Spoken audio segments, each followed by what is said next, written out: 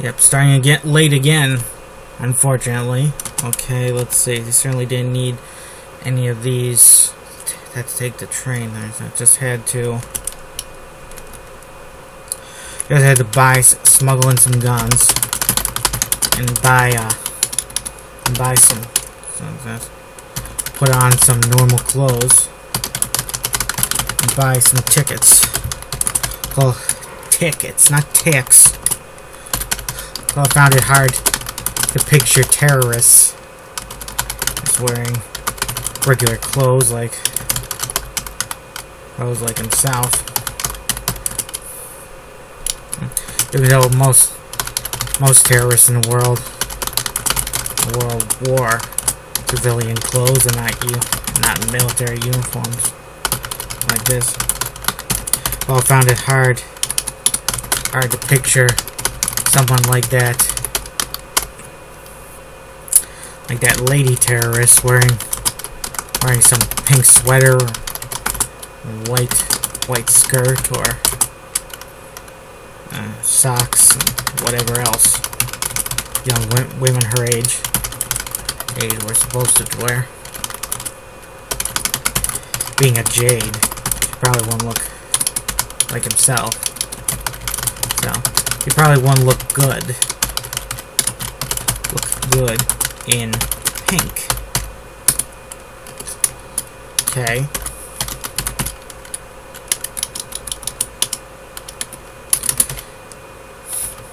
Didn't need any of that shit to crash this plane. This train, not plane. Trains and planes are very different. One thing that's annoying, this whole S, S versus just having a comma there. Some new dumb rule that I have to check on. Let's see. Didn't need any of that shit to crash this train. Taylor muttered. They haven't crashed it yet. Cole replied. Perhaps that is their objective. The other writing session I was working on today, I had trouble getting through with it because for some reason I found it very boring. I don't know why. It was a guy being interrogated. Maybe because I already did something like that only a few chapters earlier. Well, you know, that happens in a story that's a thriller. People get interrogated like every other chapter, probably, in some thriller stories. I'm not sure how you change that up. Reinvent the wheel? You can't reinvent the wheel. Or reinvent the thriller where every novel. People like some conventional stuff. Like the hero gets killed. People don't like that. I mean, it's shocking, but people don't like that. Or if some guy just gets killed off anticlimactically, be him a villain or a hero or one of the other characters, people don't like that either. They would prefer the hero survives the story, and I'm sure in most cases they do. Perhaps this is their objective. Perhaps that's their end game. End game, one word. I don't know. Stupid one word, two word things. Why can't they just be consistent? I guess, how can both be right? Perhaps. I get agreed.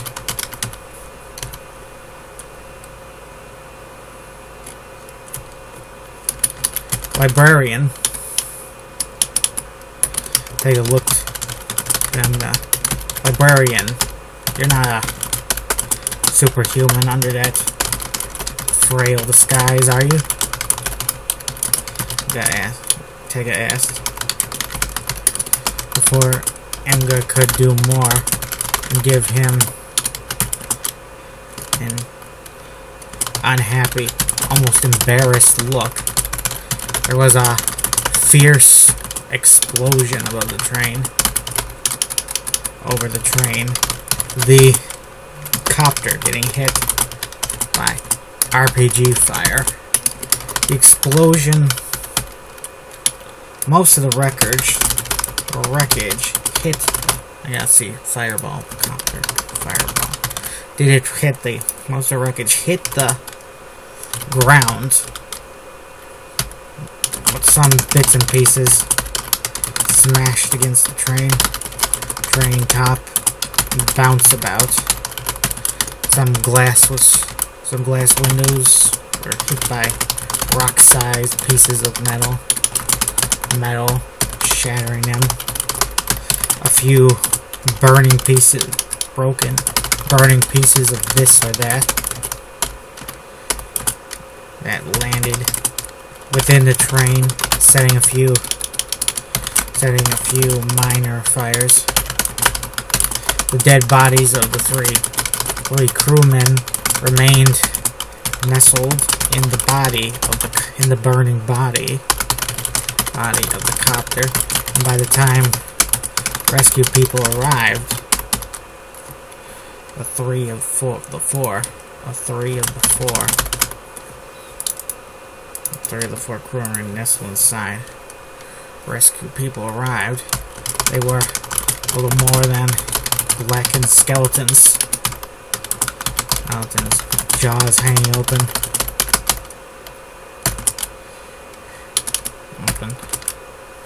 Well, left of their organs, flesh and innards besides ashes.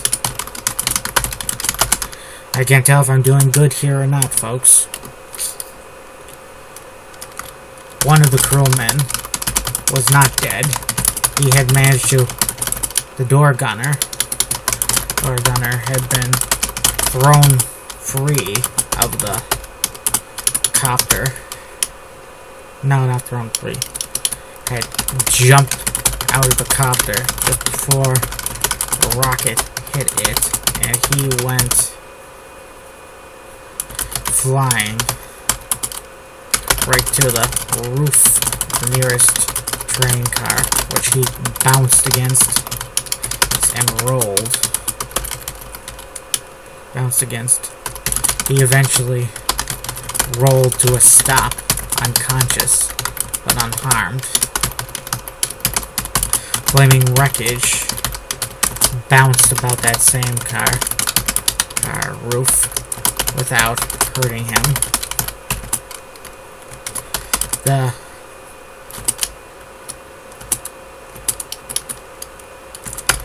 It was Tega.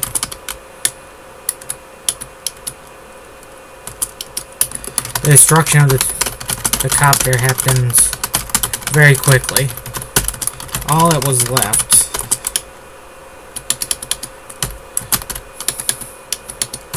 was already over by the time Tega climbed up the nearest ladder and surveyed the roof, seeing bits of wreckage all about.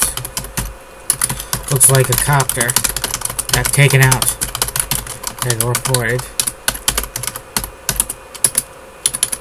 to Cola. Cola's superiors confirmed as such. We lost the copter, Cola's superior said. We took it out within RPG. More inbound to support our agents, provide reinforcements and fire support. Right, Cole replied. Sounded like a whole squadron was coming, like one of those copter assaults late in the Korean War were quite famous. I would have mentioned the Vietnam helicopters, but this is too early for that. The Vietnam War in this universe is just starting pretty much, and the war in Korea probably had more advanced tech than it did real life.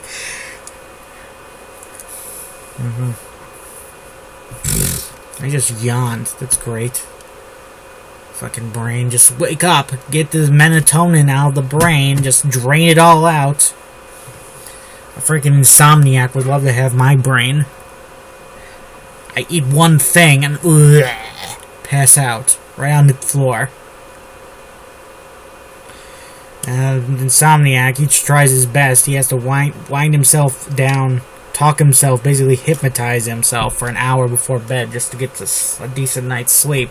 But me, bleh, I eat the wrong breakfast, bleh, and I could just fall asleep right in this damn chair. Freaking narcoleptic brain.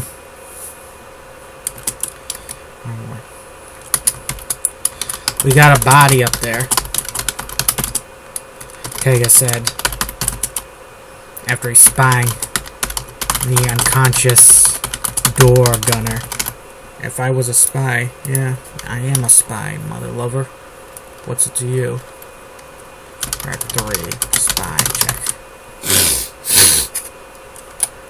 People nicknamed the Brandenburgs spy soldiers. The Brandenburg Commandos, those are an elite unit of Germans from World War II. They were masters of disguise, all kinds of scary stuff. Not many people know about them, amazingly. Consider there's so much obsession over World War II. Dead one? Cola asked.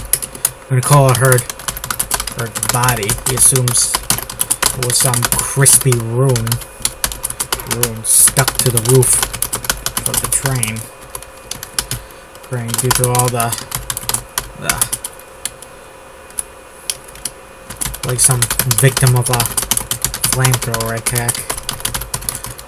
For some reason, people and metal burn together. They seem to meld together. Together.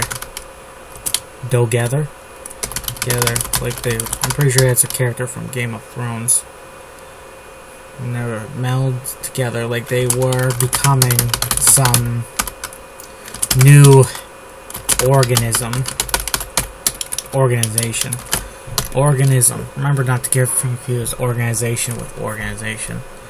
An organization also is an important stat in Hearts of Iron. When your army runs out of organization, they can't fight. Even though I'm pretty sure historically, lots of armies fought in a completely disorganized fashion without losing without being completely destroyed, because, you know, individual people can still keep their cool even when they're surrounded, outgunned, about to be wiped out. Honestly, it's things like that plays me the most.